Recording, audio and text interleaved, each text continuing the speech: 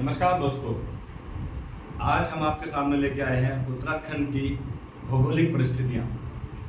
मैं जितेंद्र नेरवाल, आपका स्वागत है मेरे इस चैनल में। और आज हम उत्तराखंड की भौगोलिक परिस्थितियों की बात करेंगे। मेरे सामने जो आप मानचित्र देख रहे हैं वो उत्तराखंड है। ये भारत के उत्तर दिशा में स्थित है।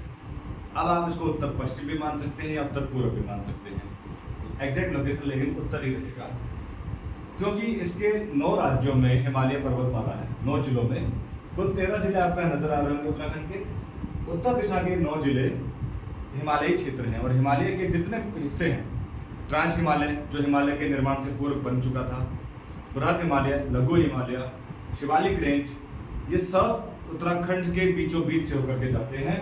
नॉर्थ के रीजन में आप देखेंगे उत्तराखंड के, ये ट्रांस हिमालय, क्योंकि इसके ऊपर तिब्बत पड़ेगा, पश्चिम में हिमाचल पड़ेगा। ये बीच का जो आप रीजन देख रहे हैं ना, ये बृहद हिमालय, जिन हिमालय पर हिमालय की सबसे ऊंची चोटियां विद्यमान है। उत्तराखंड में भी बंदरकोट, नंदा देवी, कामेत जैसी कई चोटियां इस बृहद हिमालय में है। उसके नीचे है 80 किलोमीटर चौड़ाई में स्थित लघु हिमालय या मध्य हिमालय। उत्तराखंड को देखा जाए तो 296 और 326 यानी 326 गुणा 296 तकरीबन इसके आसपास इसकी लंबाई और चौड़ाई है। उस रीजन में उत्तराखंड में 2 जिले ऐसे भी हैं जो टोटली मैदानी क्षेत्र है, जहां पर पर्वतीय क्षेत्र नहीं है। वो 2 जिले बिल्कुल दक्षिण दिशा में है, जिनकी सीमा उत्तर प्रदेश से लगती है, हरिद्वार और उधम सिंह नगर। इन 2 जिलों को छोड़कर अन्य सभी जिलों में पर्वतीय क्षेत्र पाया जाता है। 2 ऐसे हैं और 2 ऐसे जिले भी हैं जिनमें आधा पर्वतीय क्षेत्र है और आधा मैदानी क्षेत्र है, जिनमें देहरादून और नैनीताल पड़ता है।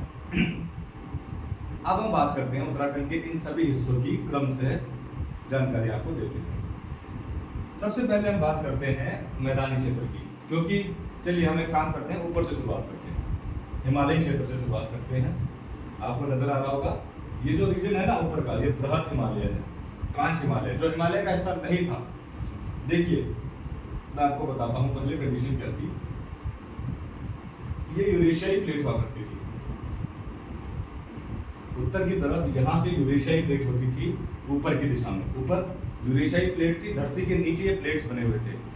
आप मेरे चैनल में देखेंगे तो कई सारी भूगोल की वीडियोस में मैंने आपको बताया कि प्लेट्स कितनी है, 7 प्लेट्स हैं, कहाँ कहाँ पर है। इसके नीचे अगर मैं देखूँ, यहाँ पर नीचे ये इंडो ऑस्ट्रेलियाई प्लेट है। इंडो ऑस्ट्रेलियाई प्लेट नीचे थी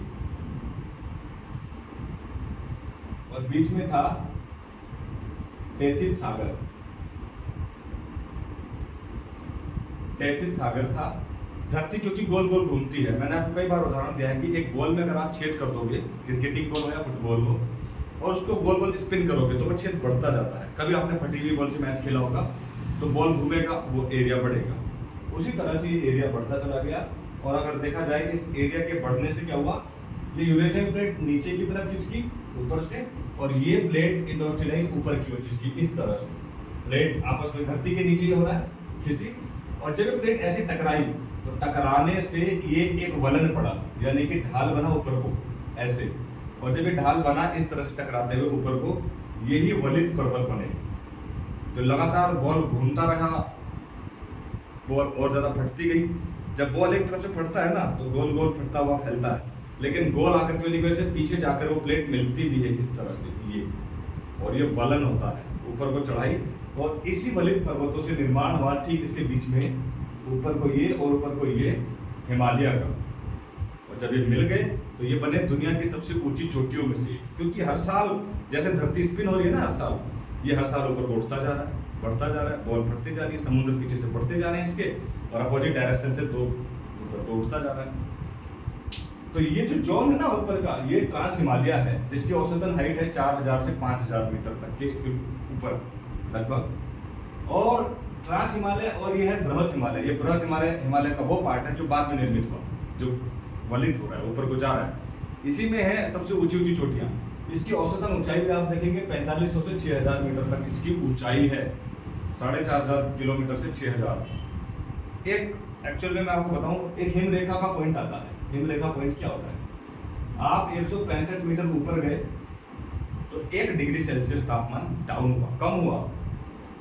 इसी तरह से अगर सपोज करिए गर्मी के मौसम में औसत तापमान 40 डिग्री है, क्योंकि तब कर्क रेखा पर सूरज की किरण सीधे पड़ेगी 21 जून को, और उस समय पर औसत तापमान सपोज करिए 40 डिग्री सेल्सियस है, आप 165 मीटर ऊपर गए, इसी तरह से आप इसको डबल करिए 3300 मीटर ऊपर गए तो 20 डिग्री सेल्सियस तापमान कम हुआ या नहीं हुआ ऊंचाई के हिसाब से।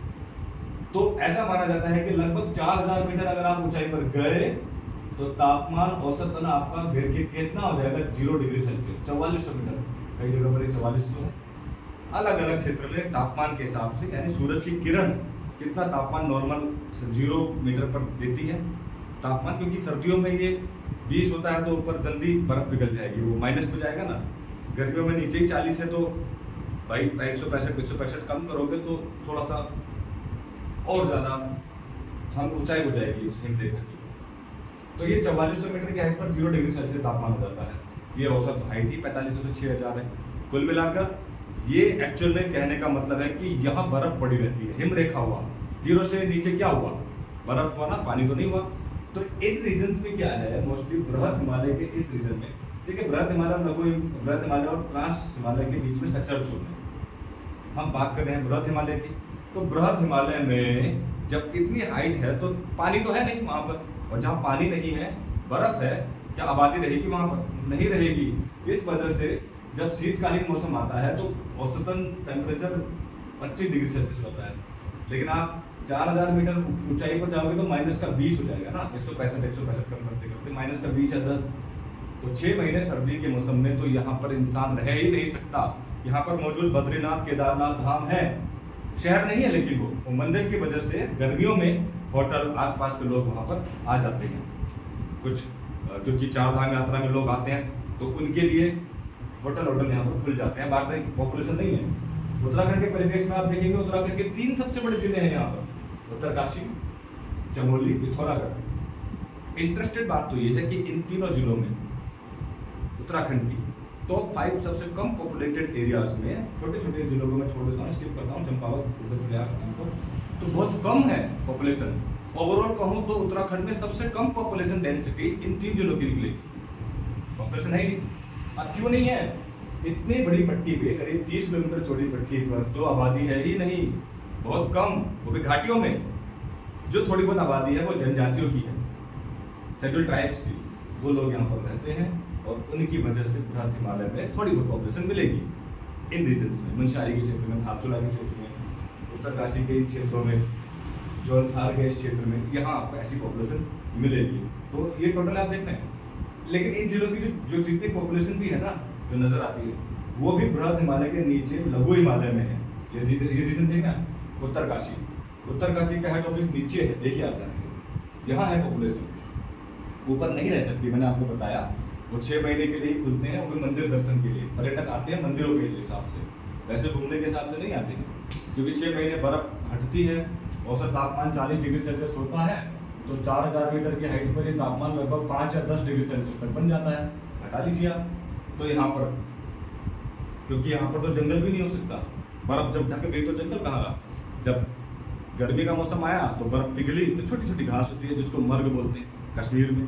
यहाँ बुग्याल, घास के मैदान, आप समझ पा रहे होंगे इन क्षेत्रों की खासियत। अभी हम भूगोल में आगे भी पढ़ेंगे तो बताएंगे कि यहाँ ताल, बुग्याल, ग्लेशियर यही मिलेगा, यहाँ नहीं मिलेगा, यहाँ कम मिलेगा।